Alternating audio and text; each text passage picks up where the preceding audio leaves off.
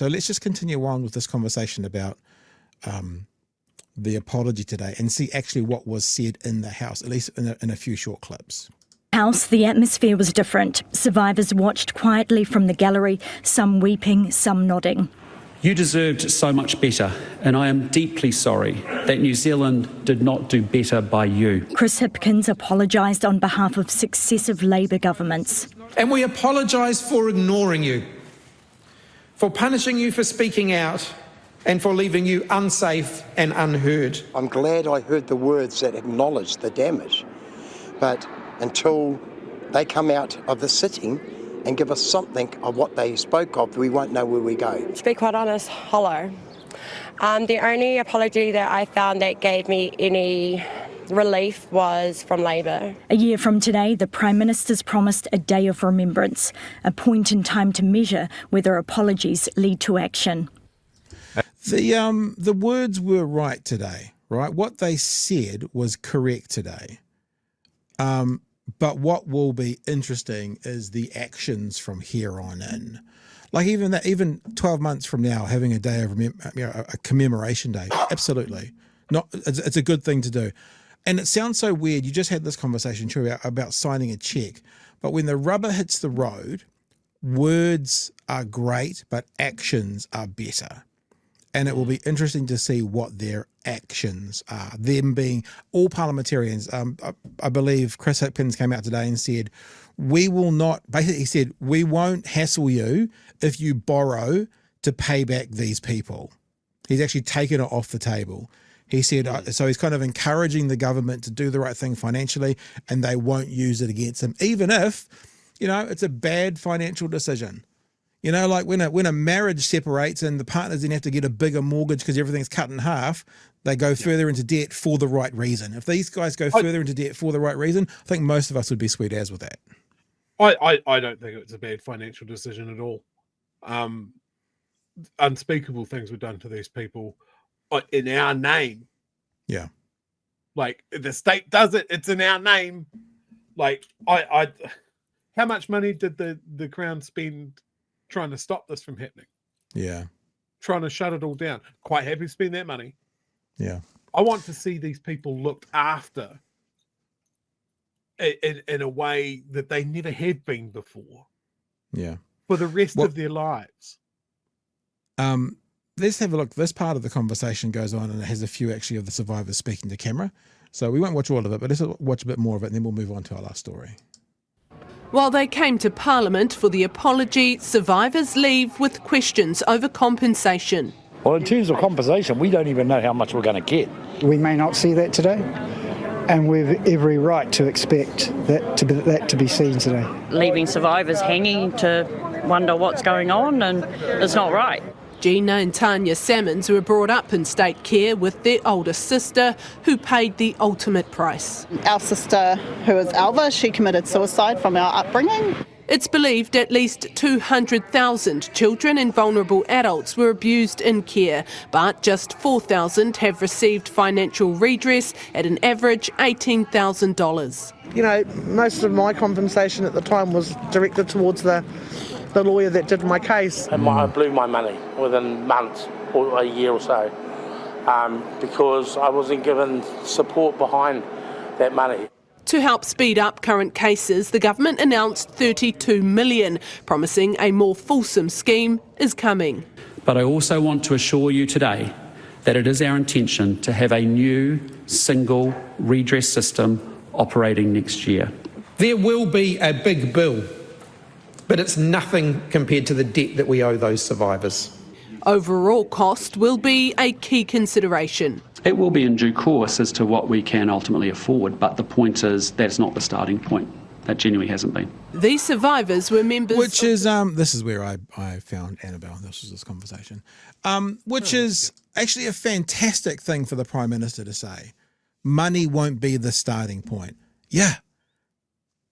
I mean, not to try and now move it to a policy game with the Prime Minister, but that's what we've been saying about all sorts of things where you've been starting with money, like infrastructure and like public services.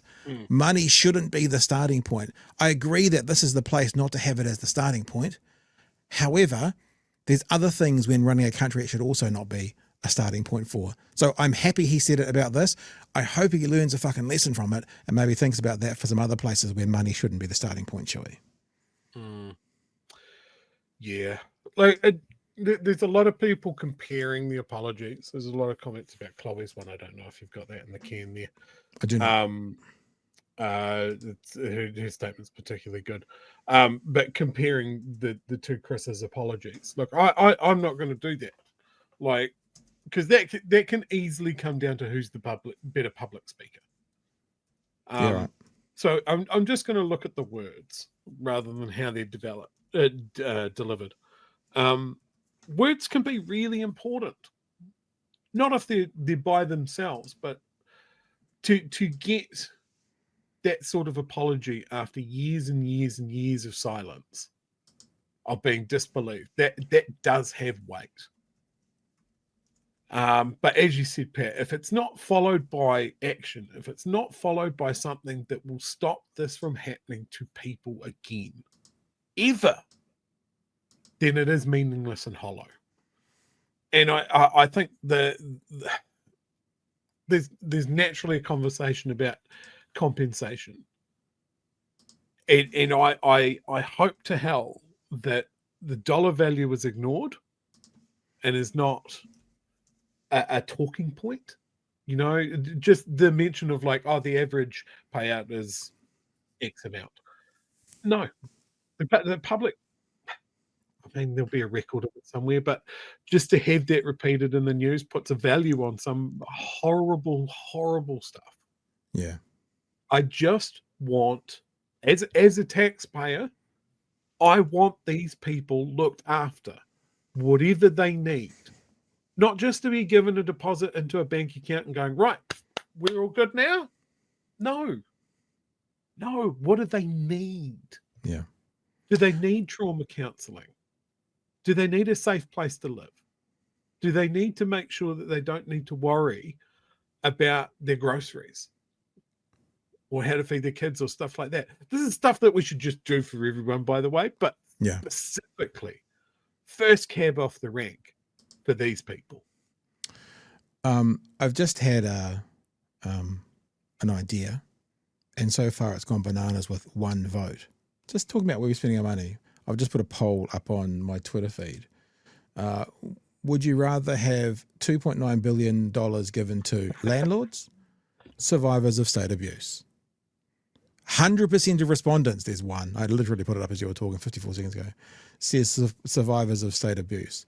Because you know what, and people are going to think I'm kind of making a joke all the time, but whenever we're going to get into a conversation in the next 2-ish years talking about can we afford this, that's coming up every single time. It's about choice, and they've chosen to do that over other things. Maybe they didn't realize they had this to do when they chose to do that, but that's why you put something aside for a emergency or a rainy day or something you haven't quite yet thought of yet.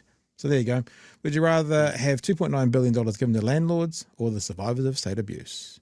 There's also a message in here. In my opinion, the apology needs to be said to the 80% of gang members should have been included, not pushed aside. And where's his honesty to putting things right? Yeah, because how many of those gang members are survivors? How many of those gang members had the system be their entranceway into a life of gang crime and violence? What about them? Oh no, we'll just take their patches off them and that's going to do it. We have spoken about this at length multiple times on the show, always talking about gangs. When we've had Harry Tam on, yep, he has been very clear about it. That is backed up by all of the research, all of the many books that have been written about the New Zealand gang situation, specifically Black Power and Mongrel Mob. Is the reason that those two organisations exist is because of state care. It is because of borstals. It is because of kids being taken away from their families. It is because of the depredation of Māori in New Zealand society post-World War II. We created monsters and then have blamed the monsters for being monsters. Yeah. It is fucked. And we keep doing the cycle. You know, when we talk about the kids of gang members, remember that they were going to punish people in gangs. They were going to take the benefits away. They're going to be tougher on them to take people's dads away. That's not breaking the cycle. That is continuing it. And they don't get it. And this is why the people are like, well, I don't trust the government. And we go, well, they're saying sorry, though. Mm. Why don't you just stop? We don't sit back and go, this isn't working, and it hasn't worked for decades.